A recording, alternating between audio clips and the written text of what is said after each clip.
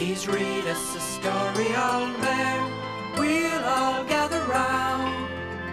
Dear old bear, sit in your favorite chair. We'll sit all around dear old bear.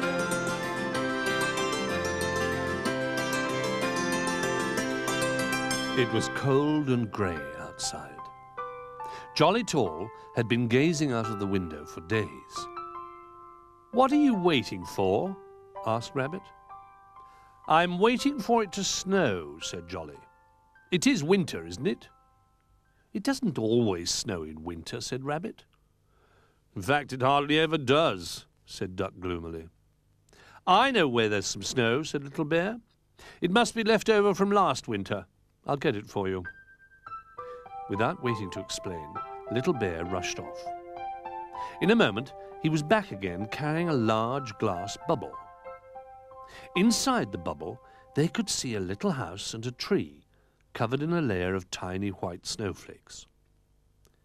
"Is that all snow does?" asked Jolly, staring into the bubble. "Does it just lie around, making things whiter than usual?"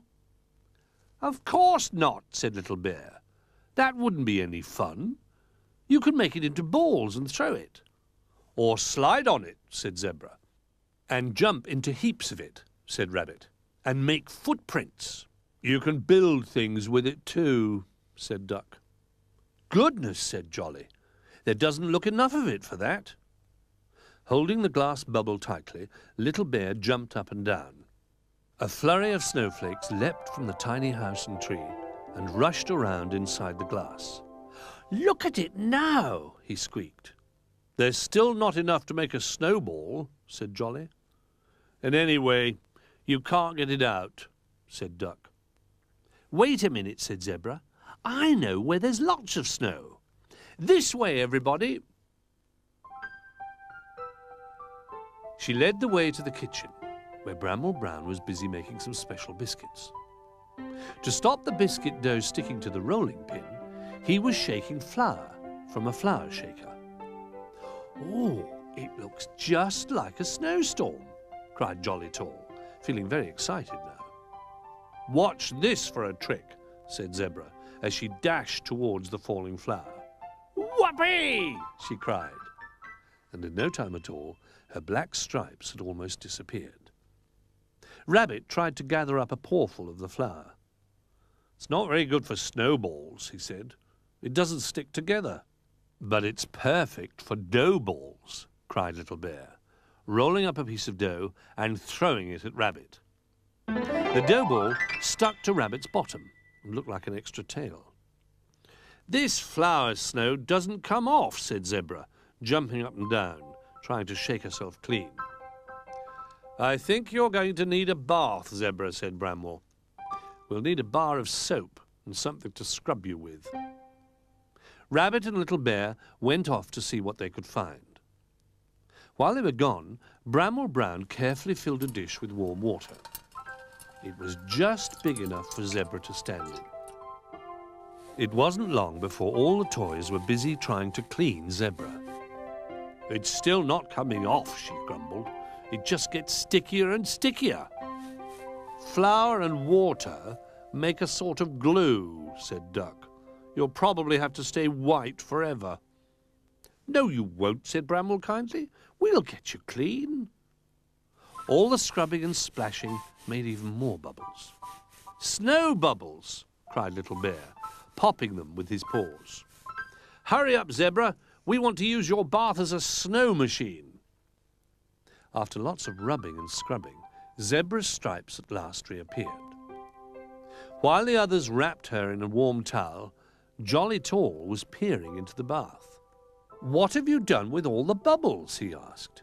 "Bubbles never last," said Duck. "And anyway, they would have made very sloppy snow. Why don't we go and see if Old Bear has any ideas?" Old Bear was in the playroom, where he'd been busy cutting out paper decorations. He'd made paper stars, paper bells, and paper lanterns. He'd even made paper snowflakes. "You can't really play with these," said Little Bear. "No, you can't," said Old Bear. They're only meant for looking at. We want some snow for Jolly, said Rabbit. Snow you can play with. What about these? Said Old Bear, scattering a blizzard of paper pieces in the air. Lovely, said Rabbit. And nice and slippery too, said Little Bear, taking a run at a heap of them, and skidding along on his bottom. What we need is a sledge, said Rabbit, or Little Bear will wear out his trousers. He fetched a cardboard box, and Bramwell cut away the sides. Duck tied a string to the front,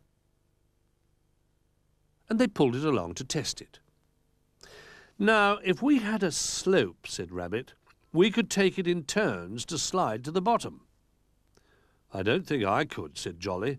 I wouldn't fit in the sledge. Never mind, said Bramwell. You can help with the slope. He disappeared and came back pulling a large white sheet. He gave a corner to Jolly Tall.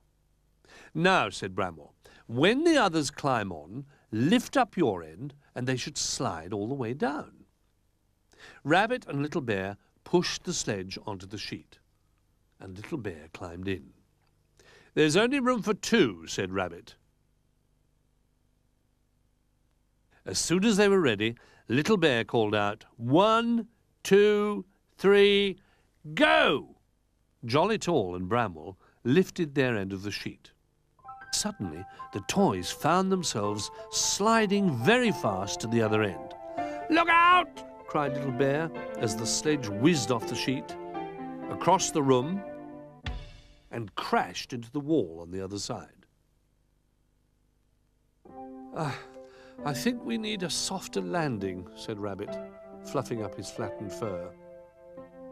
He helped Little Bear to his feet. I've got an idea, said Little Bear. Let's pile a heap of cushions against the wall.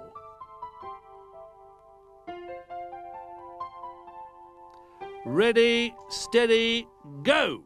They called to Jolly. Up went the sheet. Down went the toys, straight into the heap of cushions.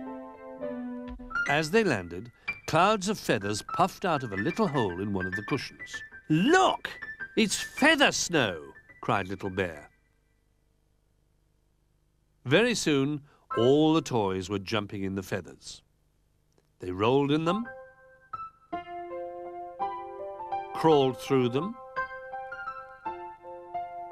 and piled them in heaps. Is this like snow? Asked Jolly. It's better, said Little Bear. It doesn't melt, and it doesn't make you cold. Let's put some round the windows, suggested Rabbit. Then it will look as if real snow has settled there. He went over to the window and began to pile feathers in each corner. When he reached the third window pane, he stopped and looked. Then looked again. Somebody's already done this one, he called to the others. The window did have a white covering around the edges, but it was on the outside. It isn't feathers, cried Little Bear excitedly. It's real snow! All the toys stared out of the window in amazement. Now we can play outside, said Zebra. Well, actually, it looks a bit deep for me, said Little Bear. And a bit cold for me, said Old Bear. At that moment, Bramwell Brown came into the room carrying a huge plateful of his special snowflake biscuits. I think what you need is some of my snow, he said. Jolly Tall thought about the flour snow and the paper snow and the feather snow. Then he looked at the real snow floating down outside. Do you know, he said, munching one of the freshly baked biscuits, Bramwell snow is probably the kind of snow I like best.